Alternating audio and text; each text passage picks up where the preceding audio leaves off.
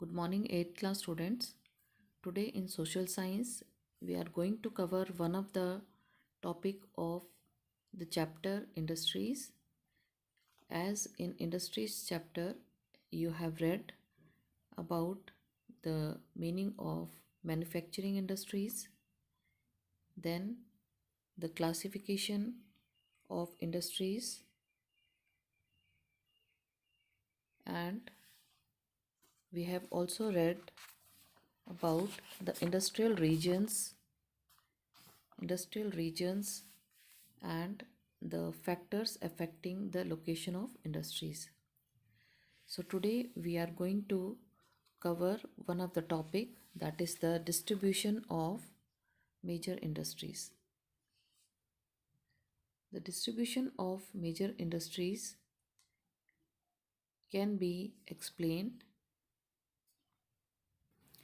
with the knowledge of that what are the world's major industries.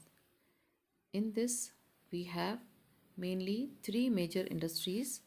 The first one is the iron and steel industry, the second is the textile industry, and the third one is the information technology industry. Now, the older industry is the iron and steel industry and textile industry. These both are the older industry, but information technology is an emerging industry and it is one of the new industries in the world. जो iron and steel industry है उसको हम कहते हैं feeder industry because it produce iron and steel to feed other big industries. Got it? So we call it as a feeder industry. Now this iron and steel, its input is what it is using to regulate its process is coal, iron ore and limestone.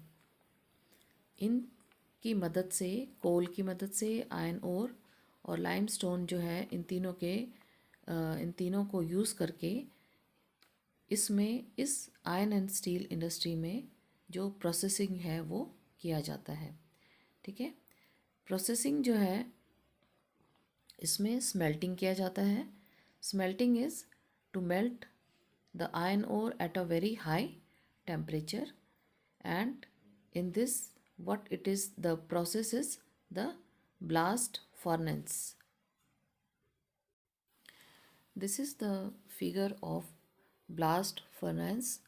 यहाँ पे iron ore, limestone और coke जो है वो use किया जा रहा है, and then this thing is smelted at a very high temperature, that is blast furnace, and with the help of hot air, here just see the hot air, and here it is the iron ore, the metal is melting and it is collected in the other container. So after this process, what is the output? The output is we are able to get steel. ठीक है. तो इस तरीके से input use करके हम with the help of this process smelting is done and the result is we are able to get steel. Now steel की क्या इम्पोर्टेंस है? What is the importance of iron and steel plant? ठीक है. तो first of all क्या है कि this industry is the backbone of modern industry. ठीक है. It is the backbone of modern, it is backbone of modern industry. The second is कि pin से लेकर के शिप तक जो है हमको जो भी चीज़ अवेलेबल होती है that is with the using of steel only. ठीक है. स्टील का यूज़ किया जाता है और छोटी से छोटी चीज़ लेकर के शिप तक जो है वो किससे बनाई जाती है? स्टील से बनाई जाती है. देन जो हमारी दूसरी बड़ी इंडस्ट्रीज़ जो हैं they are dependent on this iron and steel industry. कैसे? कि यहाँ से आयरन स्टील की मदद से जो आउटपुट इनको मिलता है उसकी मदद से they are able to make machines and the other tools. ठीक है। इवन जो फार्म और प्राइमरी सेक्टर में जो हमारे टूल्स वगैरह यूज़ होते हैं या हमारे जो tractor and other vehicles use होते हैं वो किसके उससे यूज़ होते हैं, that is with the help of the iron and steel industry. तो इसलिए इसको क्या बोला गया है, इसको बोला गया है कि ये हमारे मॉडर्न इंडस्ट्री की क्या है, बैकबोन है। बैकबोन इन द सेंस कि one of the most important industry which is helping in the modern industry. और क्या है कि स्टील जो है it is very tough hard metal है, और ये जो है इसको हम दूसरे शेप्स में जो है इजीली कन्वर्ट कर सकते हैं। ठीक है। कैसे?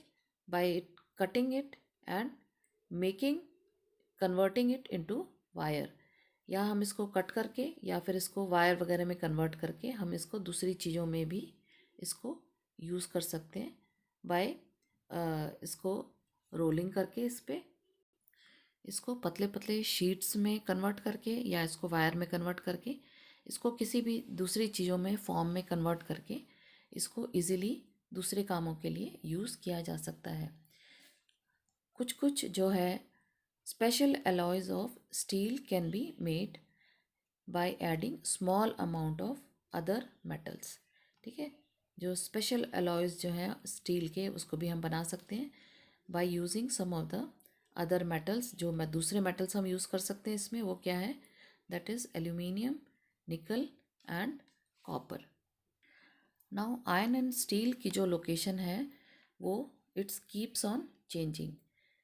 बिफोर 1800 एडी में जो आयरन एंड स्टील की जो लोकेशन थी वो कहाँ पे थी, वो वहाँ उस प्लेस पे थी जहाँ पे कि उसको इजीली रॉ मटेरियल्स मिल रहा था, पावर सप्लाई मिल रही थी, और वहाँ पे आसपास कोई रनिंग वाटर या रिवर इज वाज अवेलेबल। ठीक है। That we are talking about कि ये है 1800 एडी की बात हो रही है। उससे पहले जो है इसकी जो लोकेशन थी वो ऐसी जगह में थी जहाँ पे रॉ मटेरियल भी मिल रहा था, पावर सप्लाई और रिवर वाटर इजीली अवेलेबल था।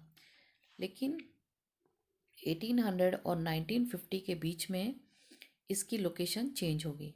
ये फिर ऐसी जगह में अवेलेबल थे आयरन एंड स्टील इंडस्ट्री जहाँ पे नियर बाई कोल फील्ड्स थे, और वहाँ पे रेलवेज़ का जो फैसिलिटी है वो अवेलेबल थी, and the other was the कि वहाँ पे कैनाल्स भी अवेलेबल थे। और द बेस्ट लोकेशन सिंस 1950 में इसकी कहाँ पे थी, इसकी थी उस एरिया में where the area is very big, very large, and it is a flat land, moreover it is also near sea ports. ठीक है। तो it is located on large area of flat land near seaports. This was the best location since 1950. Now in India, before 1947, there was only one iron and steel plant in the country, and this was the TISCO. TISCO is the iron Tata Iron and Steel Company Limited. Got it? And it started, this industry started at 1907 at Sakchi near river Subarnikha. ठीक है, सुबर्न रेखा and कारकाय in Jharkhand. Where it is situated?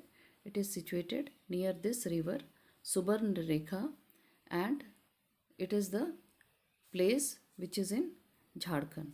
ठीक है, कारकाई इन झारखंड।